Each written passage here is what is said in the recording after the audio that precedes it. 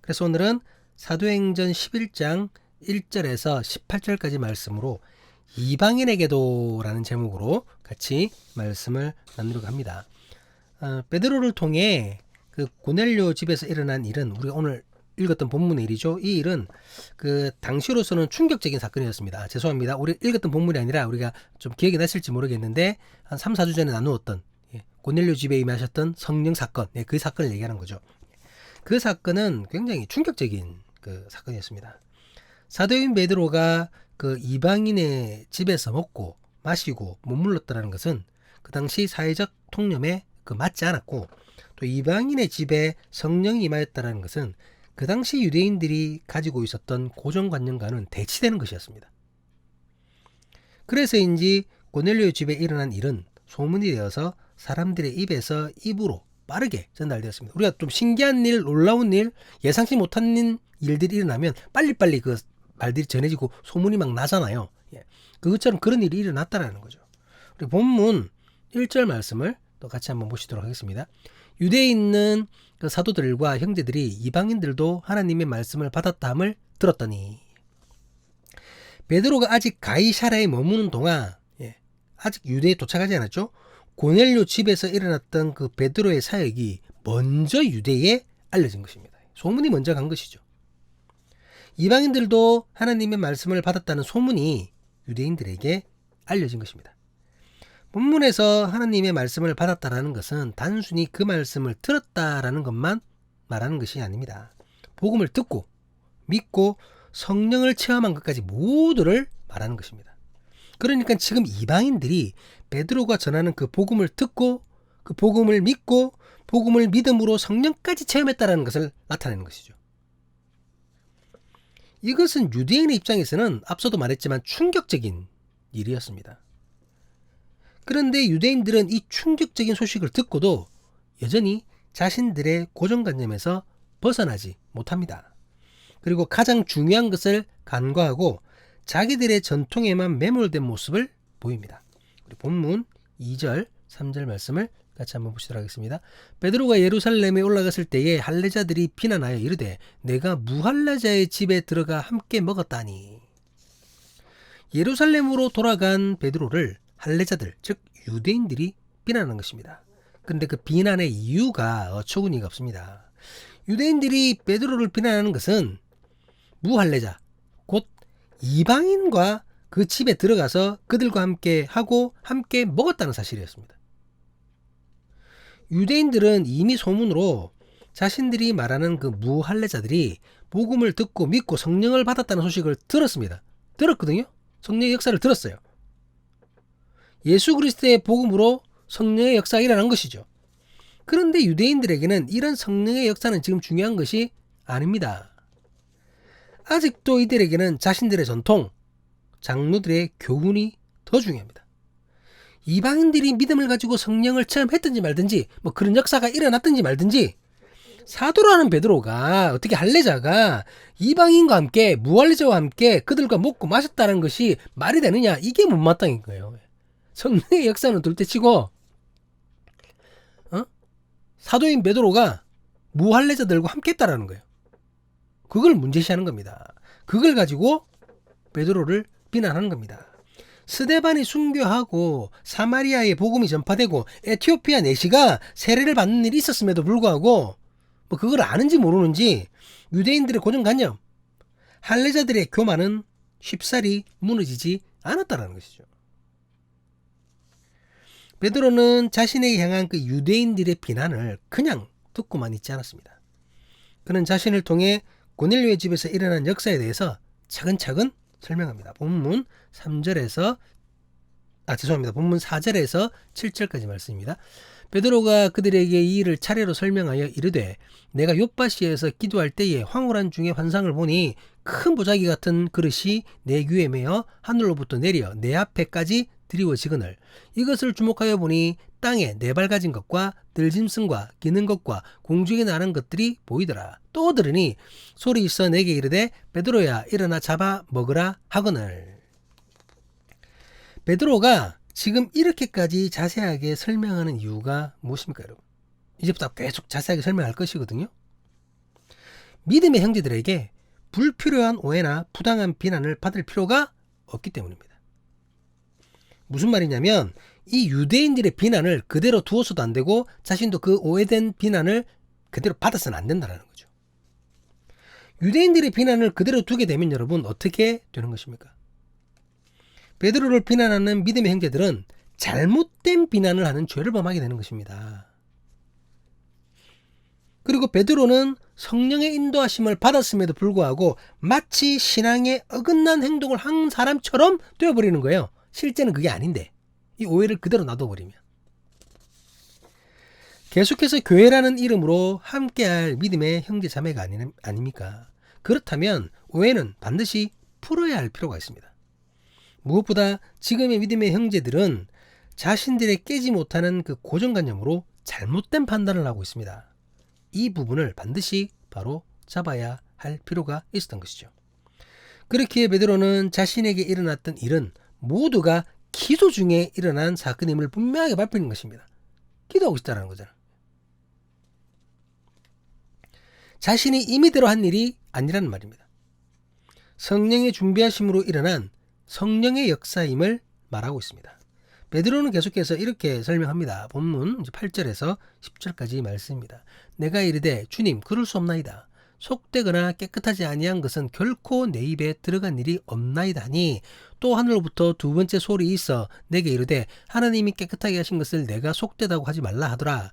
이런 일이 3번 있은 후에 모든 것이 다시 하늘로 끌려 올라가더라. 베드로는 자신도 지금 비난하고 있는 유대인들과 다르지 않게 생각했음을 솔직하게 고백합니다. 자신도 틀리지 않았다는 거죠. 별반 다를 게 없었다는 거예요. 자신이 가지고 있는 그 얄팍한 지식, 그 지식 때문에 주님의 음성을 거부했었습니다. 베드로도. 주님의 말씀에 불순종하면서까지 그렇게 지키고 싶었던 율법을 지키려고 했음을 강조하는 것입니다. 하지만 그럼에도 주님은 베드로의 고정관념을 뛰어넘는 말씀으로 3번이나 반복해서 명령하셨다는 것이죠.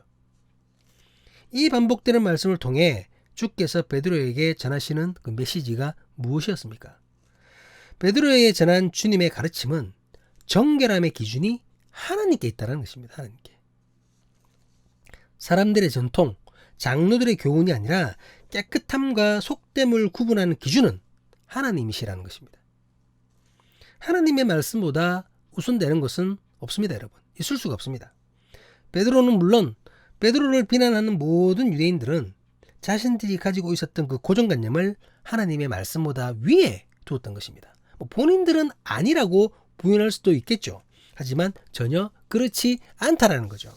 특히 유대인들은 성령께서 역사하신 놀라운 소식을 듣고도 이방인들에게 성령이 임했다는 것을 들었잖아요. 그럼에도 불구하고 곧바로 하나님께 영광 돌리지 않았습니다. 영광 돌리지 않고 오히려 자신들의 고정관념과 자신들의 교훈, 장로들에게부터 쭉쭉 배워왔던 그런 통념, 그걸로 인해서 이방인과 함께한 베드로만 비난하기 바빴던 것이죠. 그들은 당연히 하나님의 역사 앞에서 겸손히 자신의 헛된 생각을 버렸어야 했습니다. 그러지 못한 겁니다.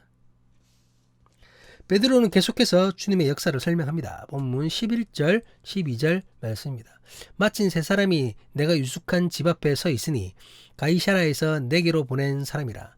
성령이 내게 명하사 아무 의심 말고 함께 가라 하심에 이 6 형제도 나와 함께 가서 그 사람의 집에 들어가니. 베드로가 그 무할례자인 고넬료의 집에 방문한 것은 성령의 명령과 인도하심에 의한 것이었습니다. 베드로는 그 사실을 증거하기 위해 증인으로 삼을 형제들과 함께 고넬료의 집으로 들어갔습니다. 혼자 가지 않았던 거죠. 그리고 그 형제들을 예루살렘으로까지 데리고 온 것입니다. 하나님의 역사는 당연히 하나님께서 일하시는 것입니다. 그렇죠? 하나님께서 하시는 겁니다. 하지만 그 일에 동참하는 일꾼에게도 분명히 지혜가 필요합니다. 하나님의 역사는 믿음의 사람들에게 신앙으로 받아져야 하고 그 일을 통해 깨달음을 얻을 수 있어야 합니다. 그것을 돕는 역할을 사역자들이 지혜로 잘 감당해야 한다는 거죠. 베드로는 주님의 말씀에 순종하면서 자신이 할 수 있는 일들을 지혜롭게 진행해 나간 것입니다. 유대인들이 자신의 말을 믿을 수 있도록 증인을 준비한 것이에요. 2-3 사람이 증인을 하면은 그 말을 믿거든요. 그 당시 때는. 증인을 준비한 겁니다. 자기 혼자만의 주장이 아니라는 거죠. 베드로는 성령께서 인도하신 이방인의 집에서 놀라운 고백을 듣게 됩니다. 본문 13절, 14절 말씀입니다. 그가 우리에게 말하기를 천사가 내 집에 서서 말하되 내가 사람을 요빠에 보내어 베드로라 하는 시몬을 청하라. 그가 너와 내 온 집이 구원받을 말씀을 내게 이르리람을 보았다 하거늘. 이게 무슨 말입니까, 여러분? 이방인이 베드로에게 전했던 고백이 무엇인가요? 천사가 하느님의 사자로 이방인에게 메시지를 전했다는 것입니다. 이해되시나요? 이방인에게 하나님의 말씀이 임한 것입니다. 그 집이 구원을 받을 것에 대해서 주께서 이방인에게 말씀하신 것입니다. 할례자들에게는 쉽게 받아들일 수 없는 일이죠. 하지만 지금 베드로는 믿음의 형제들을 증인으로 하여 진실을 말하고 있습니다. 증인들을 대동했잖아요. 무엇보다 이방인의 집에 성령의 임재가 분명하게 일어났던 것입니다. 본문 15절 말씀입니다. 내가 말을 시작할 때 성령이 그들에게 임하시기를 처음 우리에게 하신 것과 같이 하는지라. 그 누구보다 여러분, 그 누구보다 강력하게 성령을 체험했던 베드로입니다. 그렇잖아요. 그가 성령을 체험하고 말씀을 전할 때 무슨 일이 일어났습니까? 3,000명이 돌아오는 그런 성령의 역상을 체험했던 베드로입니다. 그 베드로가 느끼기에도 분명하고 확실한 성령의 임재가 이방인의 집에 임하였던 것입니다. 자신들이 오순절 마가의 다락방에서 체험했던 그 성령이 같은 모습으로 고넬료의 집에서 사람들에게 임하셨던 것입니다. 이것은 이방인에게 믿음으로 인한 구원이 허락되었다는 확실한 증거입니다. 성령이 보이신 부인할 수 없는 증거입니다. 이방인에게 성령이 임하시는 것을 직접 목격했던 베드로는 그 현장에서 곧바로 주님의 말씀이 깨달아졌음을 고백합니다. 본문 16절 17절 말씀입니다. 내가 주의 말씀에 요한은 물로 세례를 베풀었으나 너희는 성령으로 세례를 받으리라 하신 것이 생각나노라. 그런즉 하나님이 우리가 주 예수 그리스도를 믿을 때에 주신 것과 같은 선물을 그들에게도 주셨으니 내가 누구이기에 하나님을 능히 맡겠느냐 하더라. 본문은 방금 읽었던 이 본문은 부활하신 주님께서 승천하시기 전에 그 전에 모여있던 제자들에게 하셨던 말씀입니다. 사도행전 1장 4절 5절에서 이제 그 말씀이 나타나는데요. 사도행전 1장 4절 5절을 같이 한번 보시도록 하겠습니다. 사도와 함께 모이사 그들에게 분부하여 이르시되 예루살렘을 떠나지 말고 내게서 들은 바 아버지께서 약속하신 것을 기다리라. 요한은 물로 세례를 베풀었으나 너희는 몇 날이 못돼서 성령으로 세례를 받으리라 하셨느니라. 이제는 성령의 세례가 임하게 된다는 것입니다. 그리고 성령의 세례는 물로 세례를 받는 것보다 우선이며 할례보다도 우선이 되는 것입니다. 하나님께서 이방인들에게 성령의 세례를 베푸셨다는 것은 주님이 그들을 당신의 자녀로 인정하셨다는 것입니다. 그들도 똑같은 믿음의 형제, 자매가 되는 것입니다. 이것은 하나님의 뜻이기 때문에 누구도 반대할 수 없으며 아니라고 부인할 수 없습니다. 하나님의 뜻입니다. 베드로가 이렇게까지 자세하게 그러면서 강하게 하나님의 역사를 설명하자 이제야 사람들은 성령의 역사 앞에 고개를 숙이게 되었습니다. 본문 마지막 18절 말씀입니다. 그들이 이 말을 듣고 잠잠하여 하나님께 영광을 돌려 이르되 그러면 하나님께서 이방인에게도 생명 얻는 회개를 주셨도다 하니라. 사람들은 더 이상 반박할 수 없었습니다. 명백한 성령의 역사를 부인할 수 없는 것입니다. 그래서 잠잠할 수밖에 없었고 베드로를 향해 비난하던 목소리가 하나님을 향한 영광으로 바뀌게 되었습니다. 무엇보다 하나님께서 이방인도 사랑하시고 그들에게 생명을 얻는 회개를 주셨음을 인정하게 되었습니다. 즉 예수 그리스도를 향한 믿음으로 말미암아 이방인의 구원을 인정하게 된 것입니다. 온 세상의 주인 되시는 하나님의 뜻을 받아들이고 순종할 수밖에 없는 것이죠. 그 성령의 역사 앞에서 말입니다. 오늘 말씀의 제목이 이방인에게도입니다. 이 말은 베드로를 통해 이방인에게 성령이 임하신 것을 확인하게 된 그 유대인들이 놀라워하며 말했던 그 고백입니다. 우와, 이방인에게도 무할례자에게도 하느님의 사랑이 동일하게 임한 것입니다. 그들에게도 생명이 회복될 기회가 주어졌고 성령의 세례가 주어진 것입니다. 유대인들, 할례자들이 가지고 있었던 신앙의 고정관념이 철저하게 무너지는 순간입니다. 하나님의 넓으신 사랑 앞에 고개 숙일 수밖에 없는 순간입니다. 이 사건은 초대교회의 중요한 전환점이 되었습니다. 이방인에게도 생명에 이르는 회개의 기회가 주어져 있음이 할례자들이 유대인들이 선언한 것입니다. 자기들이 이제 맨날 이제 핍박하고 고정관념으로 이방인들은 안 돼 이랬는데 이제는 이방인들도 믿음으로 말미암아 성령의 세례를 받고 구원을 받는다라고 자기들이 고백한 거예요. 선언한 겁니다. 이것으로 초대교회 안에 그 불필요한 논쟁이 정리되었고 이방인 선교에 대한 확실한 근거가 생기게 된 것입니다. 이렇게 교회는 한 번 더 성장하게 됩니다. 말씀을 마무리하겠습니다. 고넬료의 집에서 일어난 성령의 역사는 유대인들에게 충격적인 것이었습니다. 그들의 마음 중심에 있었던 고정관념을 완전히 무너뜨리는 일이었습니다. 감사한 것은 베드로와 함께 했던 그 사람들은 성령을 먼저 체험했던 사람들이기에 참된 성령의 역사 앞에서 자신들의 생각을 내려놓을 수 있었다는 것입니다. 먼저 성령을 체험해 봤기 때문에 그 성령의 참된 역사를 보고는 인정하고 그것을 하나님 앞에 순종할 수밖에 없었다는 것이죠. 유대인들은 세상 누구에게라도 복음이 전해질 수 있고 누구라도 믿음을 가진다면 성령의 세례를 받을 수 있다는 그 진리를 알게 되었습니다. 하나님께서는 이방인에게도 생명 얻는 회개를 주셨던 것입니다. 이 깨달음은 지금 우리에게도 동일하게 주시는 놀라운 깨달음입니다.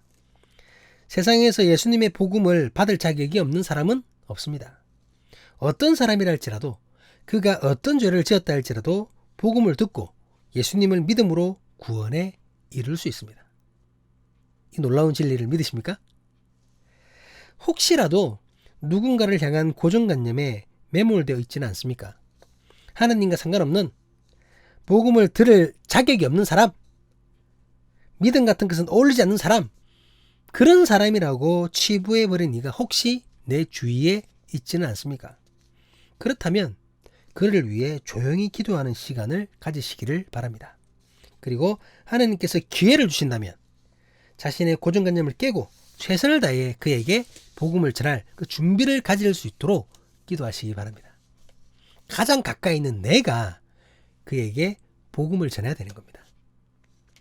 이방인에게도 생명 얻는 회개를 주셨던 주님께서 도저히 불가능할 것 같은 그 사람에게도 생명을 얻을 수 있는 회개를 주실 수 있음을 믿고 기대하며 기도하시기를 바랍니다. 그것으로 한층 더 성숙하고 한층 더 주님의 뜻에 합당해지는 사람의 교회 한 사람 한 사람 지금도 신령과 진정으로 예배하는 하나님의 예배자 될 수 있기를 주님의 이름으로 간절히 간구합니다. 기도하시겠습니다. 아멘, 아멘, 아멘.